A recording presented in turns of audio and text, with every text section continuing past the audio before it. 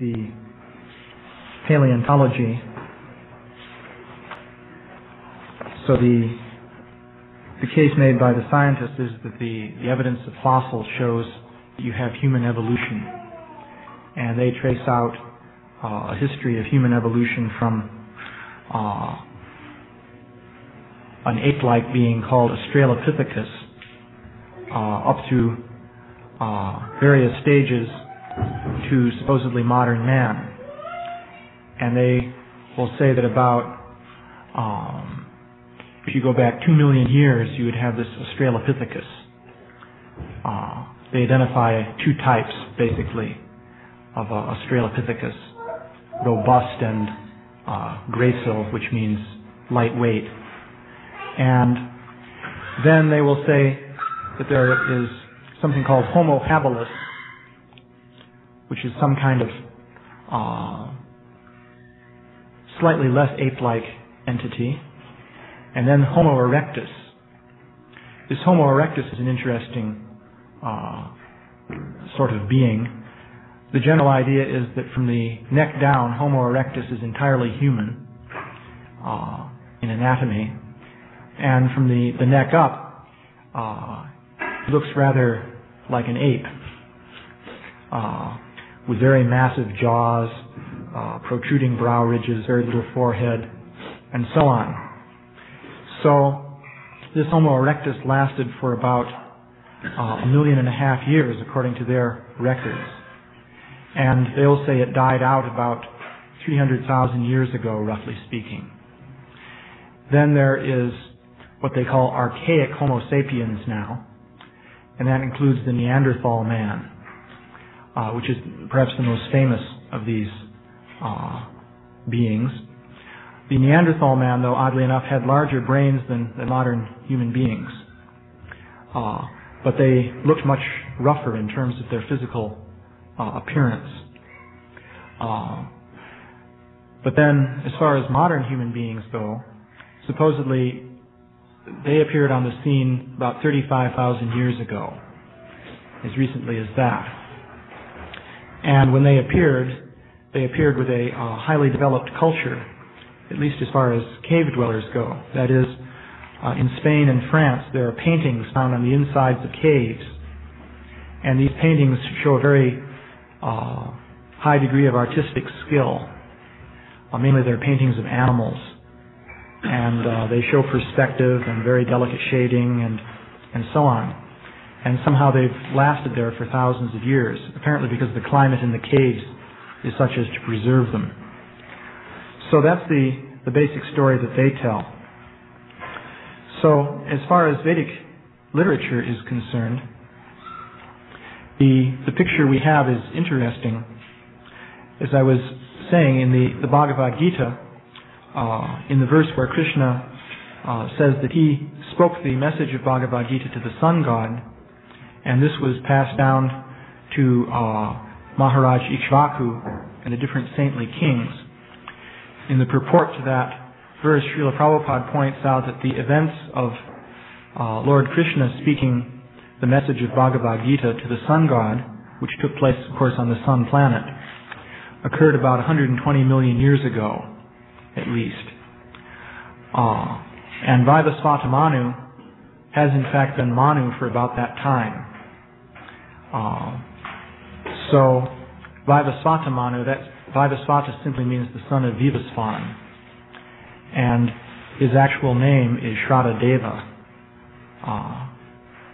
if I'm not mistaken. So King Ikshvaku is the son of Vaivasvata Manu, but he appeared on the earth in this Treta Yuga. Śrīla Prabhupada points that out in the purport. So that only takes you back about a couple million years, because you can calculate it. The length of a Kali Yuga is 432,000 years. So the length of a Dwapara Yuga is 864,000.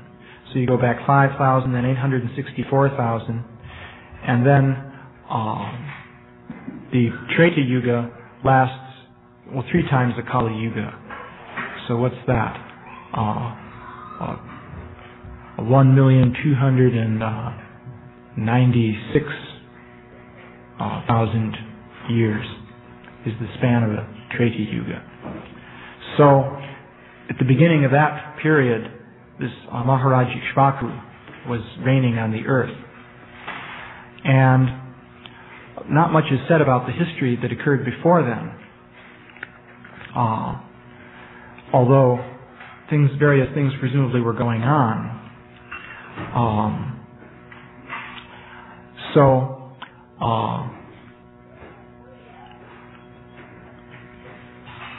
During that period of Treta Yuga, there's the advent of Lord Ramachandra, who appeared in the dynasty coming down from Maharaj Ikshvaku, which was called the dynasty of the sun god, because Ikshvaku was the son of Evasan, who was the son of the sun god. So the Ramayana gives quite a bit of detail concerning all these events. And interestingly enough, it describes a situation on the earth in which there was very elaborately developed civilization, but at the same time there were large areas of wilderness. Because when Lord Ramachandra was banished to the forest, of course that's the main thing that happens in the Ramayana, that Lord Ramachandra, because of some circumstances, becomes banished to the forest. So he went over a very large territory in this forest region, all the way to the southern tip of India, practically through unbroken forest, because presumably he entered the forest in the vicinity of Ayodhya, which is up in the northern part of India, I believe, and then of course went all the way down to the southern tip of India, where he crossed over to Lanka. So he encountered various races of beings that were half human and half ape, or which were monkey-like in form. And in fact, he made alliance with them to help him fight against Ravana. So the situation there was that there is this race of beings called Vanaras, and Vanaras simply means dwellers of the forest, because Vana is forest. So they were essentially like monkeys, you might say, but they were intelligent and they could speak, and they had some social order. For example, they were led by a king Sugriva, so they were organized enough to have kings. So, but at the same time, their material culture wasn't very advanced. For example, they fought with clubs and rocks and things like that. So Lord Ramachandra allied with these beings. So that is the scene on the earth which is described. So the question is, to what extent, you might say, is that compatible with the things that the paleontologists are saying? Well, the basic point we wanted to make about this whole subject of paleontology is that, first of all, what the paleontologists are saying is very much uncertain, and it's always subject to being revised by new findings. For example, in the magazine here, we have a discovery from Mexico of projectile points, that is like spear points, which were dated to be 250,000 years old. Now these spear points are of the same type that are associated with modern man in Europe at about 35,000 years ago. And that's supposedly when modern man first appeared. And supposedly human beings didn't come into the New World until modern man appeared and migrated up into the north and learned how to live in the Arctic region, and then crossed over from Asia into Alaska, across what they call the Bering Strait Land Bridge, and then filtered down through North America and down into South America. So the standard date for that is about 13,000 years for the first appearance of man in the New World. And in fact, not too long ago, there was an article in Nature which reaffirmed this, that some people have been claiming that man was older in the New World, but the article said man has only been in the New World since the Holocene, which means, well, that's about 15,000 years. So here we have a find of these spear points in Mexico, which are dated at 250,000 years, which is quite different. And the find was not made by some kind of anti-scientific person who was out to disprove evolution or something like that. Actually, the things were found by an archaeologist, but weren't dated by her. She just identified them in that area of strata. And then later, a dating team from the U.S. Geological Survey went through and dated the strata. And they came up with a figure of 250,000 years. And at that point, it became clear that there was a problem. Actually, I don't know if they even knew that the artifacts had been found there when they did the dating. Maybe they did. Yes. They knew? Yes.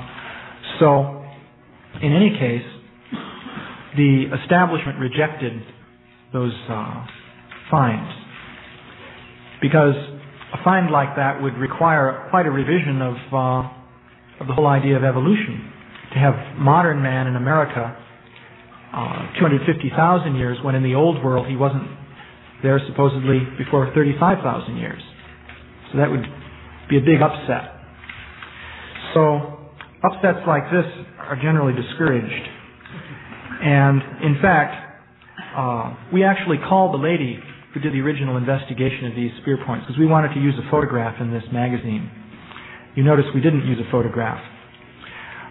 We used a drawing. But what happened was, actually Madhavendra Puri called her, and she said, you could use a photograph if you give a date of 30,000 years at most for these spear points. But if you use the lunatic fringe date of 250,000 years, then you won't have my permission. So the interesting point is that nobody ever measured a date of 30,000 years. That's not experimental data. That was never measured. What they did measure was 250,000 years. But if you mention that, you're considered to be lunatic fringe. And if you mention this made-up date, which nobody measured, which nobody observed experimentally, then that's okay. So this is going on. That's a good thing to keep in mind. Or we have another find here which is also curious. This was from Brazil, and it's a skull cap which was found in Brazil of a being just like the Homo Erectus type being. Very thick bones and low forehead and so forth. So that was found in Brazil, but such things aren't supposed to be in the New World at all, what to speak of South America. So that also completely upsets the picture. So the point is, the picture that they present is subject to alteration when new finds are made, and very frequently the new finds become rejected if they don't fit the picture. So we've looked into the way they treat data. They have about, let's say, 100 skulls that they refer to make their whole case for human evolution from start to finish. So we did a survey of that just to see what the information was and how they dealt with it. And the fact is that cases which are agreeable with their basic viewpoint, which usually means a skull of the Homo Erectus type, found in some old strata, say 1 million or 50,000 years ago or something like that. With such a find, generally there's easy acceptance. Typically, you can't find the details of who found it or where, even if you look through the published technical literature and search like anything. It's not possible to find that information, which is curious, because if you look at a find which disagrees with the standard views, you find it scrutinized like anything, and there's criticism given as to the way the evidence was dealt with. For example, Louis Leakey once found something that seemed too old in Africa. It seemed like a relatively modern human jaw, and it was found, in lower Pleistocene strata. Was that Conjera? Canaan jaw. And so this was too old by far for a modern human jaw. But he had found it in a certain area of strata. He actually excavated it from the rock himself. And he located the strata, observed all the strata above and below it, and exactly identified just where the thing came from. And he was supposedly a professional paleontologist and an expert in this whole field. So he gave this report in England, and this scientist named Boswell, however, insisted on accompanying him all the way back to Africa. And he required him to take him to the site and prove that he actually found it where he said he did. But then there was a series of mishaps, and he wasn't able to identify the site because it seemed that the camera with which he took pictures of the site had a light leak, so his photographs didn't come out. And he'd driven iron pegs into the ground to identify where the site was, but apparently the Maasai tribesmen had dug up the pegs to use as spear points. So he couldn't find the site. So therefore he was absolutely blasted in the pages of Nature magazine. And his whole find was rejected. So, on the other hand, there is case after case of these Homo erectus type skulls, which are either found in circumstances which you can't find out about now. No matter how much you look, you can't find how they were found, or where, or by whom. Or else you find that they were found by a native fossil collector who brought them into a scientist and said, well, I found it over in such and such a place. Or in one case, they were found by somebody who was digging for, bat manure in a cave. And he found it and brought it into some scientists. Or in another case, it was found by Greek villagers in a cave, but nobody can say just where the cave was. They're not sure what cave it was, actually. But these are accepted. So a basic point is that the whole treatment of evidence is unreliable. So there are other cases which do exist in which there was all kinds of testimonial evidence concerning the exact situation of the find, but then the finds are rejected. So the situation is quite problematic. However, it's also true that in the Vedic literature there's description of a situation in which there were intelligent ape-like beings living. So, of course, one cannot say that the things they're finding correspond to those beings. That would be completely speculative. But there's certainly room for other ways of looking at the past than the current scientific picture. And in this magazine we brought up another curious point here, namely that there are even reports of sort of half-ape, half-human beings living today in the area of Central Asia, from Mongolia through the Pamir Mountains in that area, which is pretty far from civilization. There are reports like that, and in fact we have a book on the subject written by an anthropologist from England, which gives all kinds of evidence in the form of all sorts of different sightings, including sightings by Russian army officers and so on and so forth. And plus there's a local tradition concerning these beings that goes back since time immemorial. So one can consider a picture in which various kinds of beings, including uncivilized species of human beings, have been existing in the world for a very long time. And those are also created species which have a particular karmic situation. And they can even still be existing today. That's definitely a possibility. So that's the basic point we're making here. Are there any questions or comments? Yeah?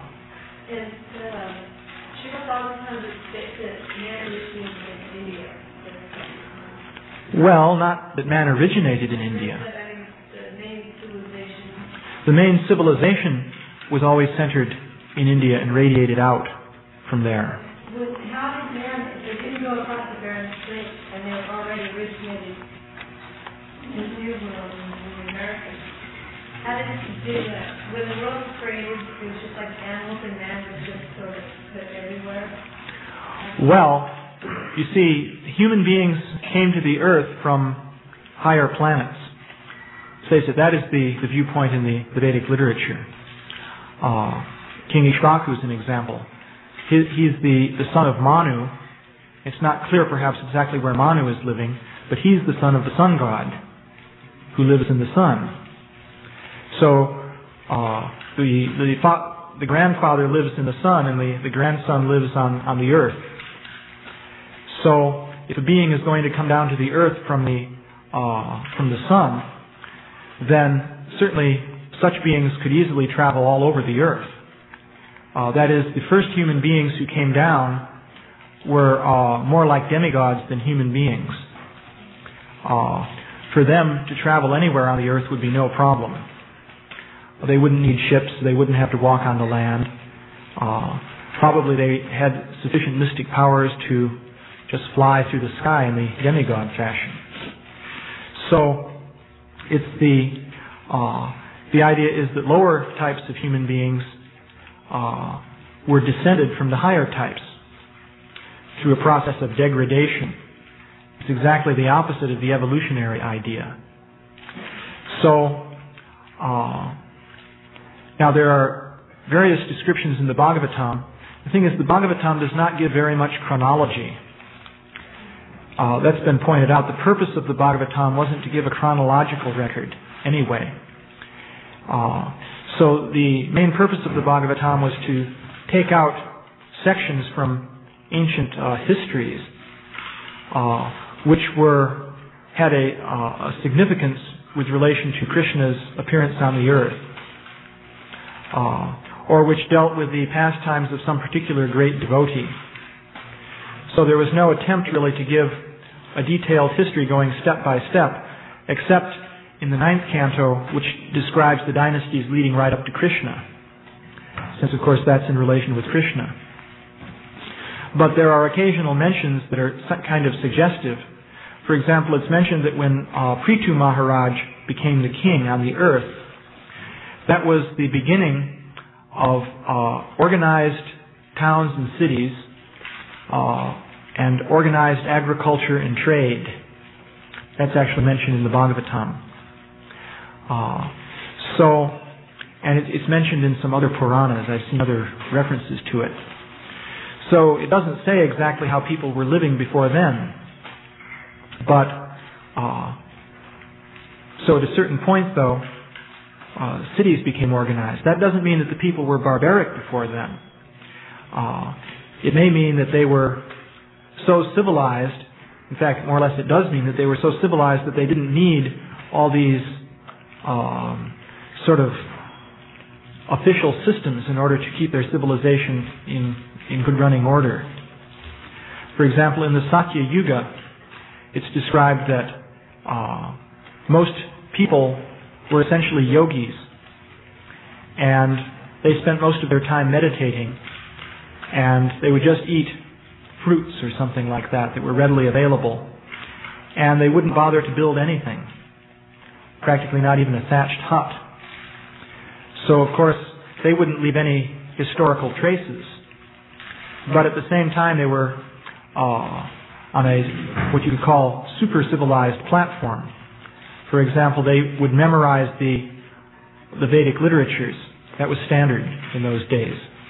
And they would engage in high philosophical discussions and so forth. So that was the Satya Yuga type of human society. So when we speak of, say, a find of some spear points in Mexico at 250,000 years, of course anybody who is using spear points would necessarily be, from the Vedic point of view, a rather degraded culture. Because the whole point of spear points is that you stick the spears into animals to kill them so as to eat them. So that would have been a race of hunters. You can see how hunters are regarded in the Vedic literature. You consider the story of Mrigari, the hunter. So that would mean that, let's say if this find was correct, that in Mexico 250,000 years ago, there were some hunters going around, as there were in the New World up until recently. So this is all quite possible. But as for how they originated, the Vedic idea would be that ultimately they came from higher civilized races by a process of degradation. Also, the Vedic literature would say the European races came about as descendants of Vedic Kshatriyas who were driven out of India. Because it said that there were Vedic Kshatriyas who deviated from the Vedic tradition. So Parashurama, who was actually an incarnation of Vishnu, drove them out. And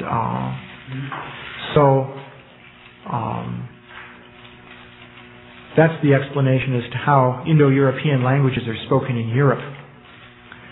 So they arrived somehow ultimately in Europe.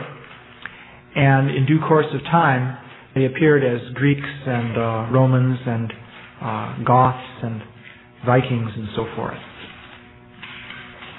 So that's the basic thing. Yeah? Because I was curious as to how all these different finds are dealt with. I won't ask about it before you, but who's determining all of these different things? You're claiming that there's some sort of a self-appointed board of truth-based entities. Yeah. And I found that interesting too. Could you make that into the way? Well, there's an establishment, and it's grown up, and the people in that establishment are the people who decide what is accepted concerning the origin of man. They all have positions in universities, mostly. Richard Leakey's an exception. His claim to fame is that he's the son of Louis Leakey. So, plus he made some great discoveries. So he doesn't have a university position, but mostly they're university professors, and they're an established club. They all know each other, and they decide what's what. That's generally the system in science. Any field of science is dominated by a small group of people. It could be as small as 10 people who control everything. And the way they control things is by controlling publication. That is, they get to decide who can express himself. Because in science, if you just talk somewhere, like in this class, it doesn't count for anything. If you even go to a university and arrange to give a lecture, that doesn't count for anything either. What you say counts only if you publish it in official journals and textbooks. But to do that, you have to get past the review boards of the journals, and the official publishers have to agree to publish your textbook. For example, if you decide to write your own textbook and you publish it yourself, which you can do if you have enough money, or you just go because, we can criticize, for example, the Christian creationists, but they've actually made quite a bit of propaganda and influenced a lot of people in the general area of the fundamentalist Christians. They have a whole school going. Now they have a graduate school training up people in their viewpoint. They have all kinds of different books, and they make quite an impact in a certain segment of the American population.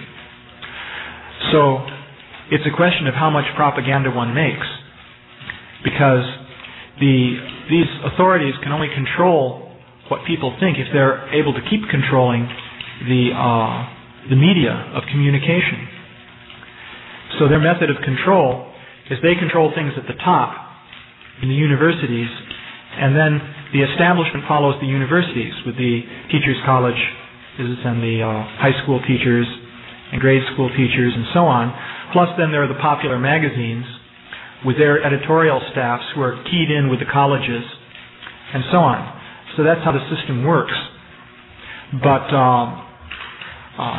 that can only control what people think and what they hear, as long as nobody else is really trying to present something else on a big scale. But that can be done. So it's only if we can't manage to present alternative ideas on a big scale, then they'll never have much of any impact.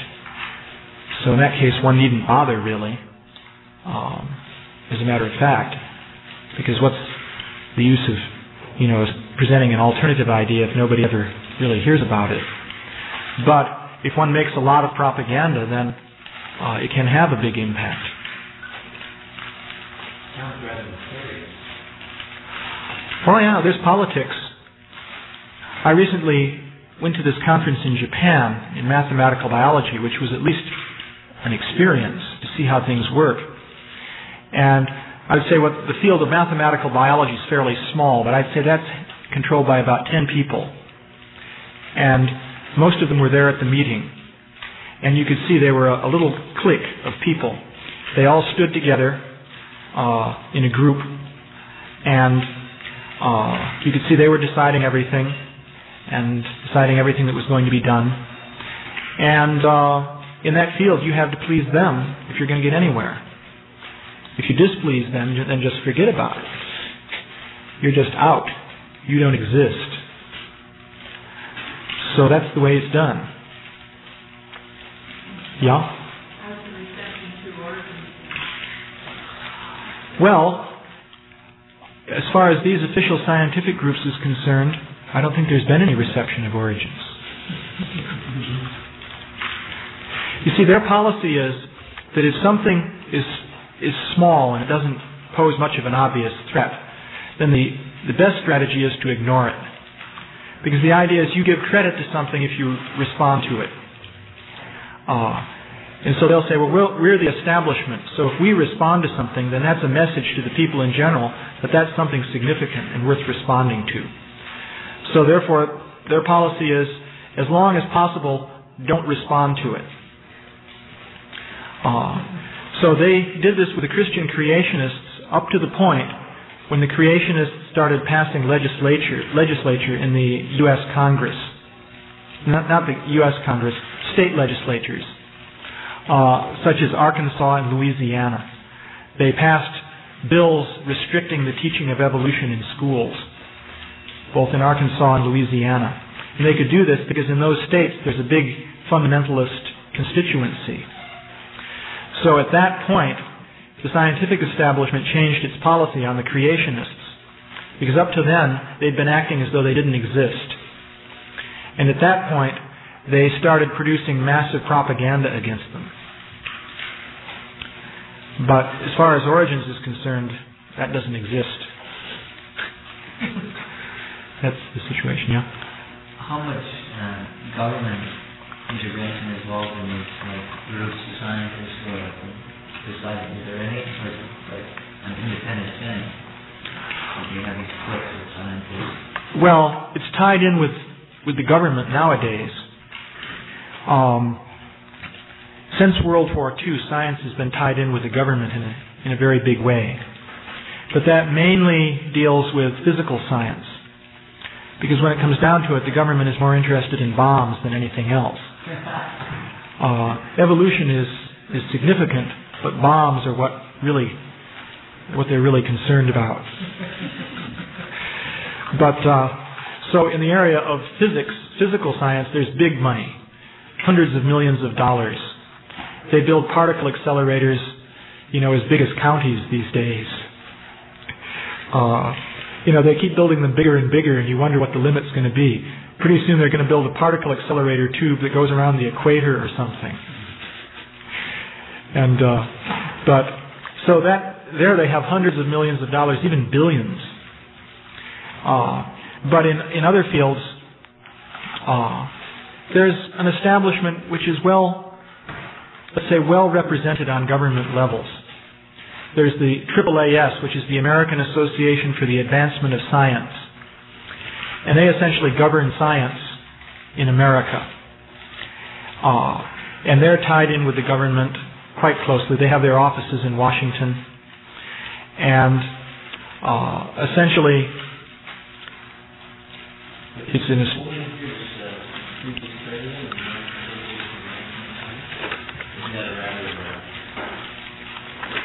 Well, cosmology, is only recently become scientifically respectable. The Big Bang. That has happened since, let's see, we give the date in here. It's the time of the discovery of that black body radiation, as they call it. It's only the last few years. Prior to that time, cosmology was considered to be pretty speculative by the scientists. That is, that they regarded that as sort of armchair speculation and not serious science. And so this man was probably speaking along those lines. More recently, it's become a big deal. So, what time is it now? 6. Yeah.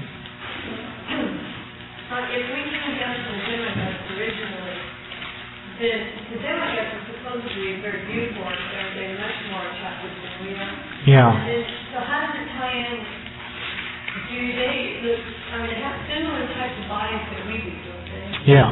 So where does this, like the half monkey, half man, if they still exist, then how did it go from demigods and what happens normally to them? Why don't they have a lot of golden normally to people and make it lost in the similar?